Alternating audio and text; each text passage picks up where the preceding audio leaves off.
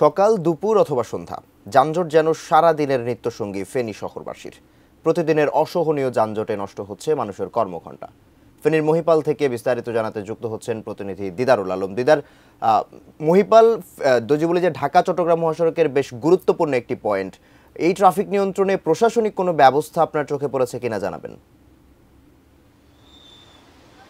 মাতির আসলে আপনি যেমনটি বলছিলেন যে সকাল দুপুর এবং সন্ধ্যা আসলে সবসময় কিন্তু আসলে ফেনীর যে সকল পয়েন্টগুলো রয়েছে গুরুত্বপূর্ণ পয়েন্ট, সেগুলোতে কিন্তু আসলে যানজট লেগেই থাকে। আমরা এই মুহূর্তে রয়েছি ঢাকা চট্টগ্রাম মহাসড়কের ফেনীর মহিপাল অংশে। এখানে একটি কথা বলে রাখি, এখানকার যে সকল দূরপাল্লার গাড়িগুলো রয়েছে সেগুলো কিন্তু 6 লেন ফ্লাইওভার দিয়ে কিন্তু উপর দিয়ে চলে যায়, কিন্তু আমাদের ফেনীর যে সকল গাড়িগুলো আঞ্চলিক সড়ক দিয়ে প্রবেশ করে নোয়াখালী যেতে হয়, সেখানে কিন্তু আসলে সবসময় কিন্তু তাদেরকে সীমাহীন দুর্ভোগে পড়তে হচ্ছে। আর বিশেষ করে যদি বলি আসলে এই যে যানজটের 3 থেকে 4টি কারণ কিন্তু আমরা আসলে এখন পর্যন্ত এখানে যারা আইনশৃঙ্খলা রক্ষার কাজে রয়েছেন তারা আমাদেরকে যেটি বলছেন, ট্রাফিক নিয়ন্ত্রণ, তারা বলছেন যে আসলে এখানকার যে সকল বিপণী বিতানগুলো রয়েছে, বড় বড় মার্কেটগুলো রয়েছে, সেগুলোর পার্কিং ব্যবস্থা না থাকার কারণে কিন্তু তারা কিন্তু যত্রতত্র পার্কিং করছে। এর পাশাপাশি এখানে অবৈধ সিএনজির কিন্তু একটি বড় রয়েছে, যেখানে অবৈধ সিএনজিগুলো এখানে চলাচল করছে, যে কারণে আসলে